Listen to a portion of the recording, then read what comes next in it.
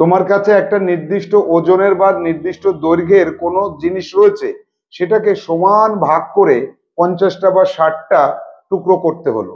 এবার এই প্রতিটা টুকরের ওজন কত হলো বা প্রতিটা টুকরের দৈর্ঘ্য কত হলো, এবার এই যে দৈর্ঘ্যটা দেখা গেল যে ফ্র্যাকশনে চলে আসলো বা দশমিক ভগ্নাংশে চলে আসলো।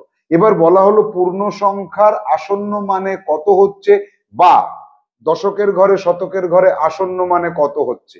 অর্থাৎ গল্পের আকারে একটি অঙ্ক পেলে তাকে সমাধান করার পর সেখান থেকে আসন্ন মানে পৌঁছানো, এই বিষয়টা কেমন হতে পারে সেই ধরনের সমস্যা আমাদের জেনে রাখার দরকার আছে। তোমার কাছে একটা নির্দিষ্ট ওজনের বা নির্দিষ্ট দৈর্ঘ্যের কোনো জিনিস রয়েছে, সেটাকে সমান ভাগ করে 50টা বা 60টা টুকরো করতে হলো।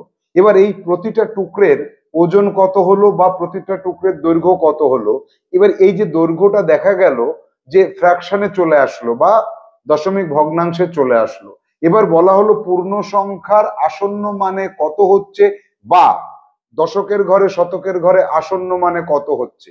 অর্থাৎ গল্পের আকারে একটি অঙ্ক পেলে তাকে সমাধান করার পর সেখান থেকে আসন্ন মানে পৌঁছানো, এই বিষয়টা কেমন হতে পারে সেই ধরনের সমস্যা আমাদের জেনে রাখার দরকার আছে।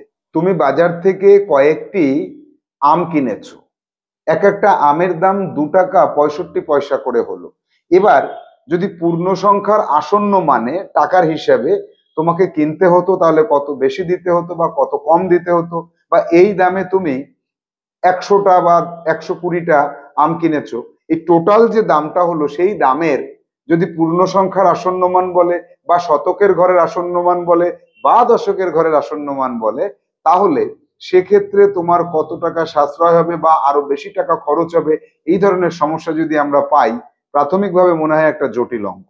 কিন্তু আমরা কৌশলটা যদি শিখে নিতে পারি, তাহলে এই ধরনের সমস্যা আমাদের কাছে একদম ইজি হতে পারে। একটি অঙ্ক পড়ার পরে তুমি বুঝতে পারলে এই অঙ্কটা যোগ করতে হবে বা বিয়োগ করতে হবে অথবা গুণ ভাগ করতে হবে। তো যে প্রসেসেই হোক অঙ্কটাকে তুমি সমাধান করেছো, সমাধান করার পরে তোমার একটা পার্টিকুলার উত্তর এসেছে। এবার সেই উত্তরটাকে যদি বলা হয় আসন্ন মানে কনভার্ট করে নাও, তাহলে তোমার কি করতে হবে বা কেমন ভাবে করতে হবে, এই বিষয়গুলো আমাদের জেনে রাখার প্রয়োজনীয়তা রয়েছে এই কারণেই যে আসন্ন মান অধ্যায়ের সাথে অন্যান্য অধ্যায়গুলির যে একটা যোগসূত্র রয়েছে, সেই যোগসূত্রকে কাজে লাগিয়ে জওহর নবোদয় বিদ্যালয় প্রবেশিকা পরীক্ষাতে প্রশ্ন গঠিত হতে পারে।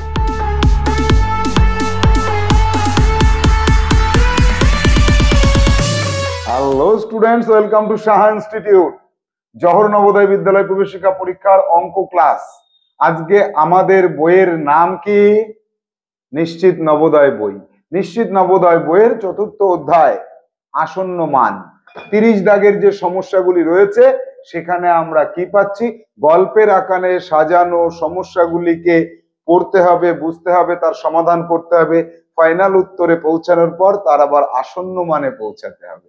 তাহলে এই সমস্যাগুলি কেমন পড়তে হবে, আমাদের পড়ে বুঝতে হবে এবং আমাদের সমাধান কৌশলে যেতে হবে। চলো আমরা সরাসরি আমাদের বইয়ের পাতায় চলে যাব, সমস্যাগুলিকে দেখব এবং তার সমাধানটাও আমরা শিখে নেব।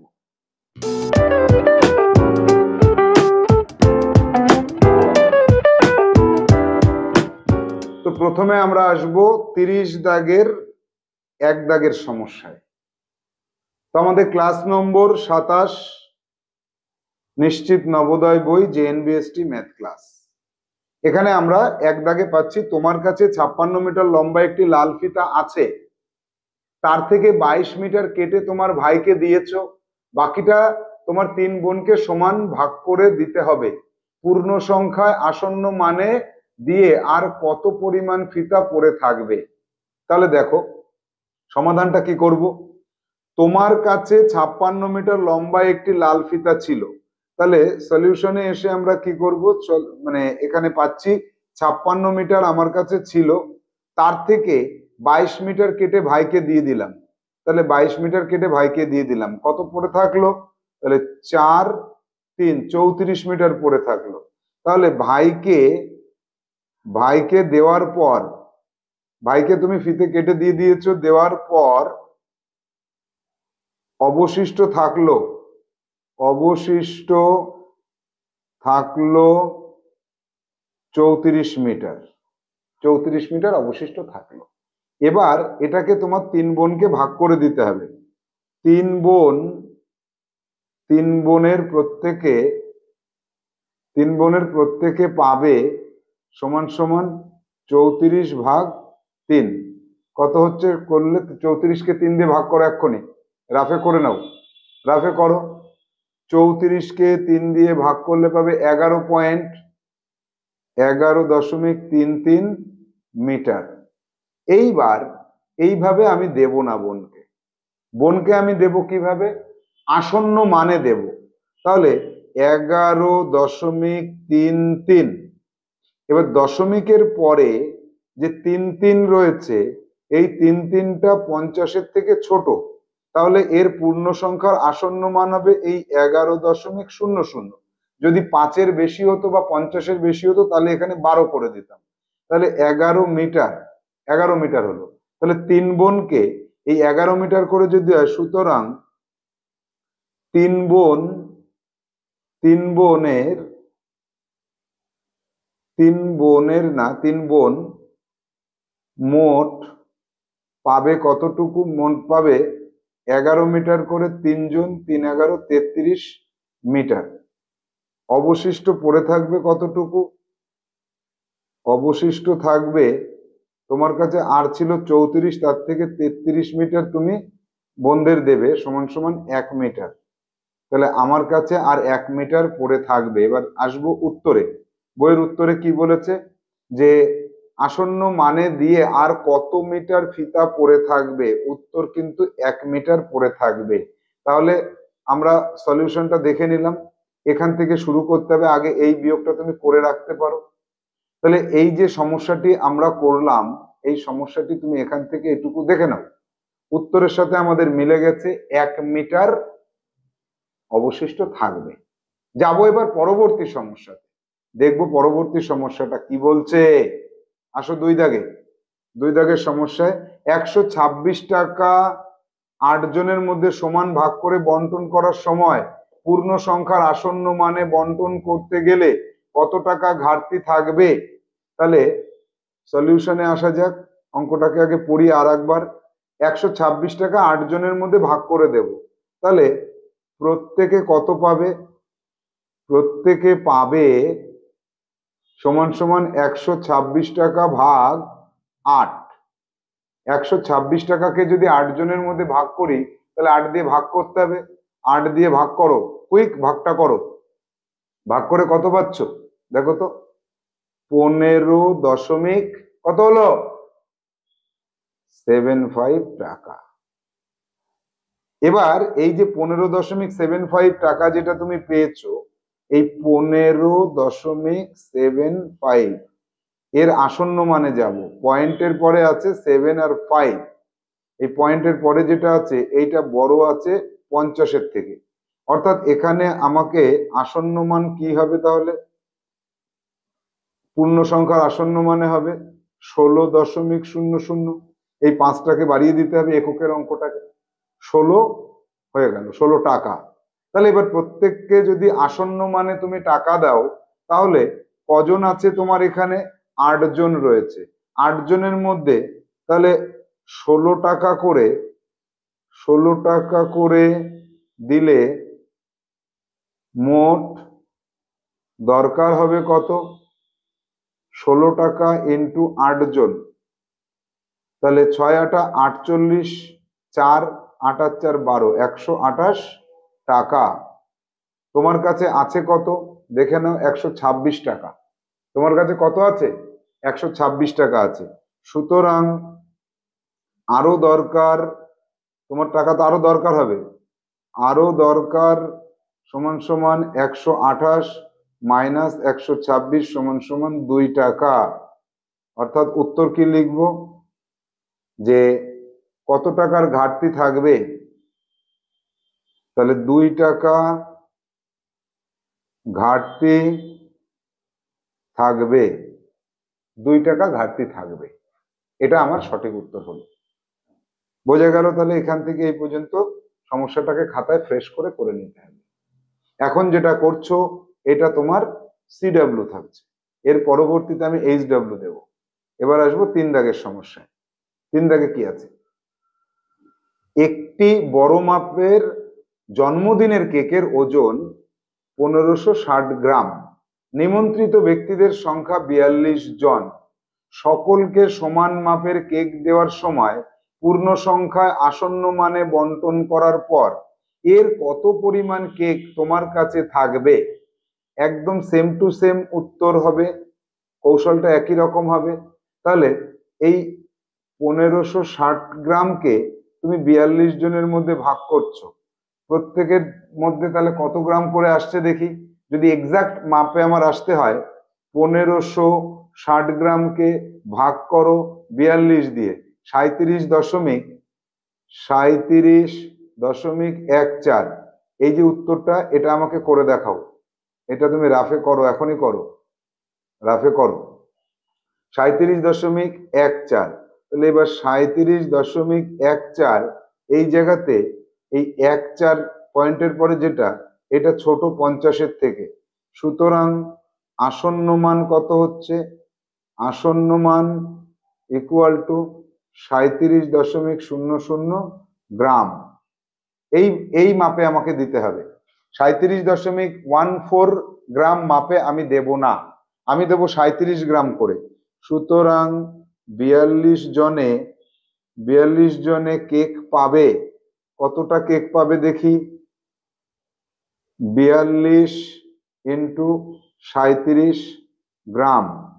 গুণটা করো কুইক, আমার সামনে বসে গুণটা করবে। কতজনকে দিয়েছি? 42 জনকে। কত করে দিয়েছি? 37 গ্রাম করে। 1554 গ্রাম। কিন্তু কেকটার ওজন কত ছিল? 1560 গ্রাম।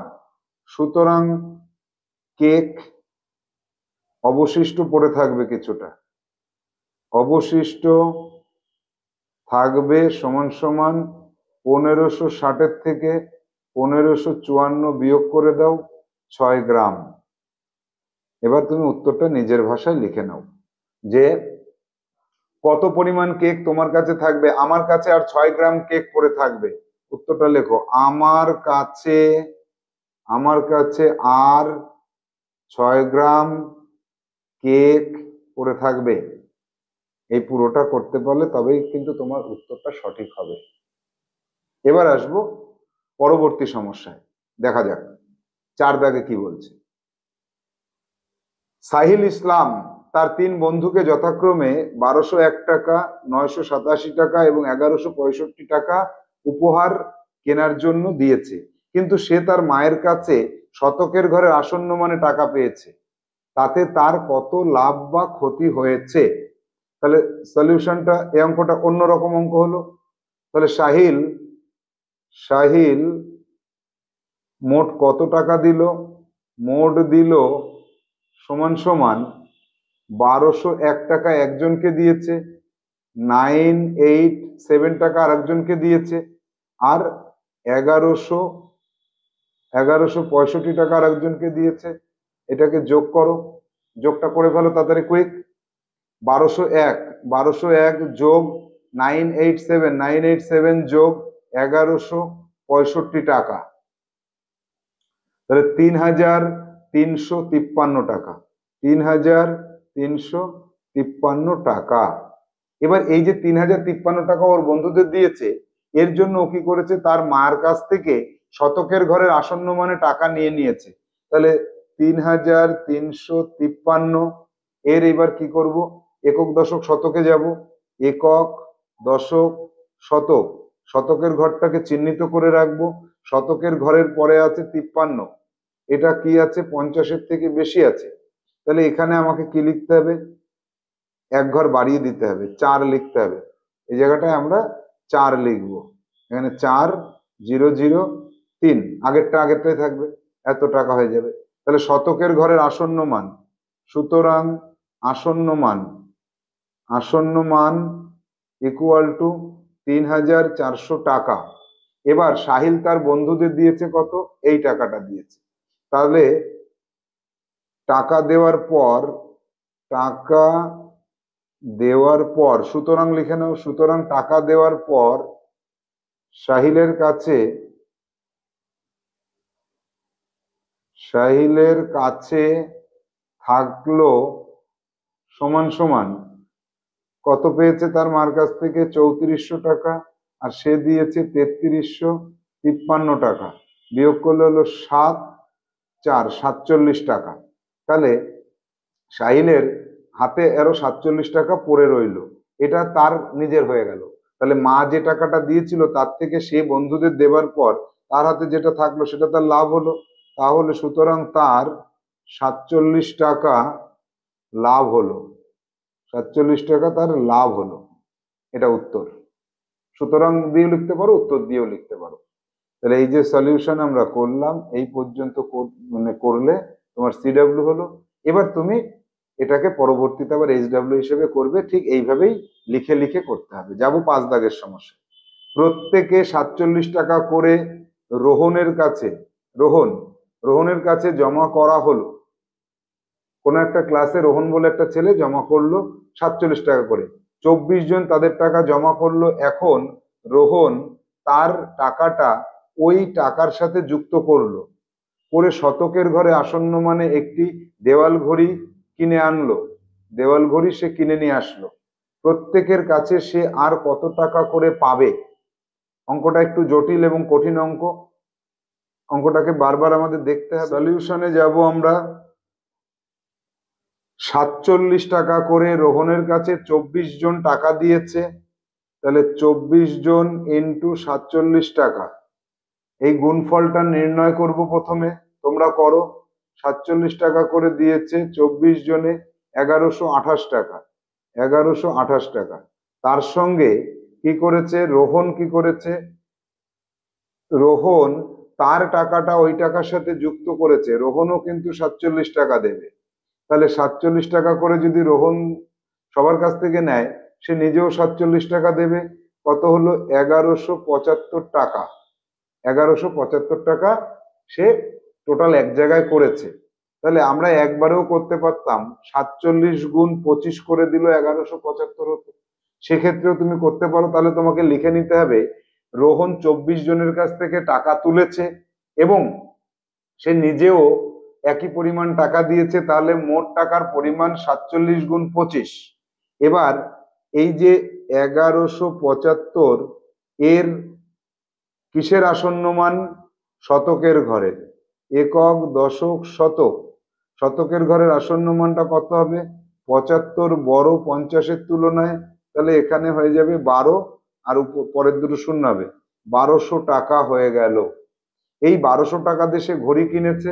তাহলে সে নিজে কত দিল? কত টাকা ঘাটতি পড়লো তার? ঘাটতি হয়েছে 1200 টাকার থেকে এই 1175 টাকা বিয়োগ করে দাও 25 টাকা। এই 25 টাকা তার ঘাটতি পড়েছে। এবার এই 25 টাকা প্রত্যেকের কাছে সমান ভাগ করে দেবে। তাহলে এই 25 টাকাটা সে নেবে 24 জনের কাছ থেকে। এইটা করব কি, 24 জনের কাছ থেকে যদি নেয় প্রত্যেকে কত করে দেবে? 25 ভাগ 24 কত হয়? 25 ভাগ 24 1.01 1.041 টাকা। কিন্তু না, এটা উত্তর নেই। উত্তর আছে 1 টাকা করে। এখানে 1 টাকা করে উত্তর আছে। এবার এই জায়গাটা বুঝতে হবে যে এই 25 টাকা যেটা হয়েছে, এই 25 টাকা রোহন নিজেকে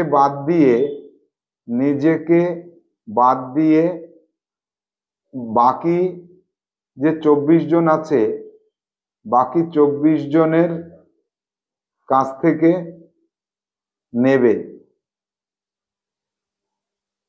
তাহলে নিজের টাকা যেটা, সেটাও তো রোহন দেবে। 24 জন যা দেবে রোহনও তাই দেবে। আর একটা কথা কি লিখবো? প্রত্যেকে যত টাকা দেবে রোহন নিজেও সেই টাকা দেবে। সুতরাং ওই 25 টাকা 25 ভাগ করে 25 ভাগ হবে। সুতরাং 25 টাকাকে 25 ভাগ করলে 1 টাকা হয়। সুতরাং প্রত্যেকের কাছ থেকে, এবার উত্তর, এটা উত্তর, প্রত্যেকের কাছ থেকে 1 টাকা করে নিতে হবে, এটাই উত্তর। এবার দেখি তো 1 টাকা করে উত্তর আছে কিনা। এবার চলে আসো অঙ্কে, যে 1 টাকা করে উত্তর এখানে কত রয়েছে। এইখানে দেখো 1 টাকা করে উত্তর রয়েছে। সবার কাছ থেকে রোহনের তাহলে 1 টাকা করে নিতে হবে। 6 দাগের সমস্যা। 1.205 গ্রাম করে সোনা বন্টন করতে ইচ্ছুক আমাদের অয়ন্তিকা। তাহলে অয়ন্তিকা দেবী এত গ্রাম করে সোনা সবাইকে দেবে। ওদের ক্লাসে 17 জনকে সে সোনা দিয়েছে। তার বাবা বাজার থেকে পূর্ণ সংখ্যার আসন্ন মানে সোনা কিনে আনলো। সকলকে সোনা দেওয়ার জন্য আর কত গ্রাম সোনা তার মায়ের ঘরের আলমারি থেকে দিতে হবে। তাহলে এবার উত্তরে চলে আসি, সলিউশনে আসি, যে 1.205 এত গ্রাম করে সোনা বন্টন করতে ইচ্ছুক অয়ন্তিকা, এত গ্রাম করে 17 জনের মধ্যে সে সোনা দেবে। তাহলে এই গুণফলটা এক্ষুনি করো তো। 17-র নামটা তোমাদের মুখস্থ। 17 ইন্টু 1.205 কত হচ্ছে? 20.485 গ্রাম। এত গ্রাম সোনা তাকে বন্ধুদেরকে দিতে হবে। এবার এই 20.485 এর পূর্ণ সংখ্যার আসন্ন মান। পূর্ণ সংখ্যার আসন্ন মান বলতে দশমিকের পরে কত আছে? 485। এইটা 500 থেকে ছোট না বড় হিসাব করব। সংক্ষিপ্ত নিয়মটা মনে আছে? তাহলে 500 থেকে ছোট। সুতরাং পূর্ণ সংখ্যার আসন্ন মান, সমান সমান 20.000 গ্রাম। এবার তাহলে অয়ন্তিকার বাবা 20 গ্রাম সোনা কিনেছে, সুতরাং অয়ন্তিকার বাবা 20 গ্রাম সোনা এনেছেন। আর দরকার ছিল কত? 20.485 গ্রাম। এই 20 গ্রাম তার বাবা এনেছে আর বাকিটা তার মা দিয়েছে। তাহলে মা দিয়েছে 0.485 গ্রাম। এই এতটুকু তার মা দিয়েছে। এবার উত্তরটা নিজের ভাষায় লেখো। উত্তরে চলে আসি, যে সোনা দেওয়ার জন্য তার কত গ্রাম সোনা মায়ের ঘরের আলমারি থেকে দিতে হবে। তাহলে উত্তরে লিখবে তার মায়ের ঘরের আলমারি থেকে 0.485 গ্রাম সোনা দিতে হবে। এখানে উত্তরটা লেখো। তাহলে এইভাবে যদি এই অঙ্কটাকে আমরা সলিউশনে নিয়ে আসি তাহলে সঠিক হচ্ছে। এবার যাব পরবর্তী সমস্যায়। পরবর্তী সমস্যাতে আমরা কি দেখতে পাচ্ছি? 7 দাগের সমস্যা এবার আসা যাক। দেখো 7 দাগের অঙ্কটা পড়ো। দিবসের কাছে 1.45 গ্রাম রূপা আছে, মৃগাঙ্কুর কাছে আছে তার থেকে 1.72 গ্রাম বেশি পরিমাণ রূপা। দুইজনের রূপা একত্রিত করার পর পূর্ণ সংখ্যার আসন্ন মানে আর কত গ্রাম রূপা হলে মনোজিৎকে দেওয়া সম্ভব? তাহলে অঙ্কটা একটু ভালো করে বুঝতে হবে আমাকে। অঙ্ক যেটুকু বুঝতে পারবো সেটুকু সমাধান করব, যেটুকু বুঝবো না সেটুকু করব না। দিবসের কাছে সোনা আছে কতটুকু? দিবসের কাছে রূপা, সোনা না, রূপা আছে, পুরো লিখে লিখে করছি আমি, 1.45 গ্রাম। আর মৃগাঙ্কুর কাছে রূপা আছে, পুরোটা লিখে নেবে তুমি, রূপা আছে সমান সমান 1.45 প্লাস 1.72, এতটা বেশি আছে। তাহলে এই দুটোকে যোগ করলে কত হচ্ছে? 1.45 যোগ 1.72, 3.17 গ্রাম। এবার মোট কতটুকু হলো? দুজনের কাছে মোট রূপার পরিমাণ মোট রূপা ইকুয়াল টু 1.45 যোগ 3.17 গ্রাম সমান সমান, তাহলে 1.45 যোগ করলে 4.62 গ্রাম, 4.62 গ্রাম সোনা। এবার বলেছে যে এই পরিমাণ সোনা তাদের কাছে, রূপা তাদের কাছে আছে, কিন্তু পূর্ণ সংখ্যার আসন্ন মানে মনোজিৎকে এই রূপা দিতে হবে। তাহলে এই যে তাদের কাছে কত আছে, 4.62 গ্রাম সোনা রূপা আছে। এবারে পয়েন্টের পরে কত আছে, 62, এটা 50-এর থেকে বেশি। তাহলে আসন্ন মান কত হবে, পূর্ণ সংখ্যার আসন্ন মান হবে 5.00 গ্রাম। সুতরাং কত হচ্ছে, 5 গ্রাম রূপা হচ্ছে।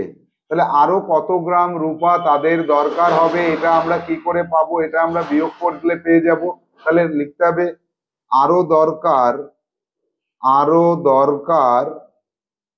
আরো দরকার সমান সমান 5 মাইনাস 4.62 সমান সমান 5 মাইনাস 4.62, তাহলে 0.38 গ্রাম। উত্তর কি লিখবো, আরো 0.38 গ্রাম রূপা তাদের দরকার হবে। উত্তরের সাথে কিন্তু আমাদের মিলে গেল, উত্তরটা এখানে লক্ষ্য করো 0.38 গ্রাম রয়েছে। তাহলে সমস্যার সমাধান কৌশলটা আমরা দেখতে পেলাম। এবার যাব 8 দাগে। 2 টাকা 65 পয়সা করে পিস হিসেবে 134টি লেবু কিনে অর্ধেক সংখ্যক বিক্রি করা হলো পূর্ণ সংখ্যায় আসন্ন মানে, আর অর্ধেক 3 টাকা করে। মোট কত টাকা লাভ হবে বা ক্ষতি হবে? তাহলে এখানে উত্তরটা সলিউশনে আসি। দেখো এই সলিউশনটা 8 দাগের সলিউশন, যে কিনেছে কত করে, 2 টাকা 65 পয়সা, একে টাকায় নিয়ে গেলাম। এবার এই যে পয়েন্টের পরে 65 রয়েছে, এটা কিন্তু 50-এর থেকে বেশি। তাহলে পূর্ণ সংখ্যার আসন্ন মান কত, পূর্ণ সংখ্যার আসন্ন মান ইকুয়াল টু 2.65 ছিল, সেখান থেকে যেতে হবে 3.00 গ্রামে। এইবার তাহলে 3 টাকা করে বিক্রি করেছে অর্ধেক সংখ্যক, আর বাকি অর্ধেক বিক্রি করেছে আবার সেই 3 টাকা করে। এই জায়গাটায় ভাষাটা খালি আলাদা আছে, যে 134টা লেবুর অর্ধেক সংখ্যক সে 3 টাকা করে বেচেছে, আবার বাকি অর্ধেক সংখ্যক 3 টাকা করে বেচেছে, অর্থাৎ সবকটাই তো 3 টাকা করে বেচলো। তাহলে 3 টাকা করে বিক্রি করেছে, বিক্রি করলে মোট হয় কত, 3 টাকা করে বিক্রি করে দাও, 134 ইন্টু 3 কত হয়, 134 ইন্টু 3 402 টাকা। এই টাকা সে বিক্রি করেছে। এবার তার কেনা দাম কত ছিল, আর কেনা দাম ইকুয়াল টু 2.65 ইন্টু 134 টাকা সমান সমান কত হচ্ছে, গুণ করো 65 ইন্টু 134 টাকা, 355.1 টাকা। তাহলে তার লাভ হয়েছে। লাভ কত হলো, লাভ হলো 402 টাকা মাইনাস 355.1 টাকা সমান সমান কত হচ্ছে, বিয়োগ করো এখান থেকে 402 থেকে 46.9 টাকা, 46.9 টাকা, অর্থাৎ 46 টাকা 90 পয়সা সমান সমান 46 টাকা 90 পয়সা। এটা তার কি হয়েছে, লাভ হয়েছে।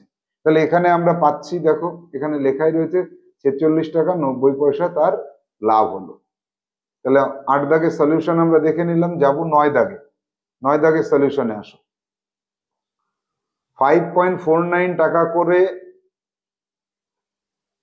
দামে লাগবে না, 56টি আপেল কেনার সময় প্রতিটি পূর্ণ সংখ্যার আসন্ন মানে আসন্ন মান দামে না কিনে মোট দামের শতকের ঘরের আসন্ন মানে কিনলে কত বেশি বা কম খরচ হয়? ভেরি ভেরি ইম্পর্টেন্ট একটা সমস্যা। এই অঙ্কটা বুঝতে হবে ভালো করে। সলিউশনটা দেখো। সলিউশন 9 দাগ। কত আছে? 5.49 টাকা করে 56টি আপেল কিনবে। কেনার সময় প্রতিটি পূর্ণ সংখ্যার আসন্ন মানের দাম দিয়ে যদি কিনতো, তাহলে 5.49 এর পূর্ণ সংখ্যার আসন্ন মান কত? 5.49, এই একটার যা দাম, এটার পূর্ণ সংখ্যার আসন্ন মান 49 50-এর থেকে কম, তাহলে 5.00 টাকা। তাহলে এক্ষেত্রে 56টির দাম কত? 56টির দাম সমান সমান 5 ইন্টু 56, 5 ছক 30, 5 5 25 আর 3 28, 280 টাকা। এবার চলে যাব যে যদি আসন্ন মানে না কিনে 5.49 ইন্টু 56 এই টাকায় যদি কিনতো, টোটাল টাকাটা কত হতো? তাহলে গুণটা করো। 5.49 ইন্টু 56, তাহলে হতো 307.44 টাকা। এবার এই টাকার ক্ষেত্রে যদি বলা হয় যে কেনার সময় শতকের ঘরের আসন্ন মানে যদি কিনতো, তাহলে এবার এটাকে লিখবো 307.44, এককের ঘর, দশকের ঘর, শতকের ঘর। তাহলে এই শতকের ঘরের আসন্ন মান, শতকের পরে আছে 07, যেটা 50-এর থেকে ছোট, তাহলে এখানে 300.00 টাকা, অর্থাৎ তাকে 300 টাকা দিয়ে কিনতে হতো। তাহলে সেক্ষেত্রে তার কত খরচ বেশি হতো না কম হতো? তাহলে আগের ক্ষেত্রে যদি এইভাবে সে কিনতে পারতো, এক একটার যা দাম সেই দামের পূর্ণ সংখ্যার আসন্ন মানে যদি কেনে, তাহলে তার 280 টাকা খরচ হবে। আর যদি মোট দামের উপর যদি শতকের ঘরের আসন্ন মান দেয়, তাহলে তার 300 টাকা খরচ হবে। তাহলে আগের তুলনায় এখন কি হচ্ছে? আগের তুলনায় বেশি খরচ হচ্ছে, বেশি খরচ হবে সমান সমান 300 মাইনাস 280 টাকা সমান সমান 20 টাকা। এটা উত্তর হিসেবে আমাদের লিখতে হবে। অঙ্কটা ভেরি ভেরি ইম্পর্টেন্ট। আবার বলছি দেখো, যদি এক একটা ফল কি কিনেছে? আপেল। এক একটা আপেল 5.49 টাকার পূর্ণ সংখ্যার আসন্ন মানে কেনে, তাহলে 5 টাকা করে দাম হয়, তাহলে তার মোট খরচ হয় 280 টাকা। আর যদি সে ওইভাবে না কিনে টোটাল দামটা নির্ণয় করলো, তো টোটাল দামটা হলো 5.49, 56টার দাম হলো 307.44 টাকা। এবার শতকের ঘরের আসন্ন মান হচ্ছে 300 টাকা, তাহলে আগের তুলনায় তার বেশি টাকা দিয়ে কিনতে হচ্ছে। কত বেশি? 280 থেকে 20 বেশি। সেটাই আমাদের উত্তর হয়েছে। যাব পরবর্তী সমস্যা 10 দাগে। 10 দাগে কি আছে দেখি। অরিত্র বাবু নতুন ব্যবসা শুরু করেছে। এবার এই অরিত্র বাবু একটি কলমের কেনার দাম 6 টাকা 45 পয়সা। সলিউশনে যাব 10 দাগে। একটা কলমের কেনার দাম 6 টাকা 45 পয়সা, এটাকে একবারে টাকা হিসেবে লিখতে হয়।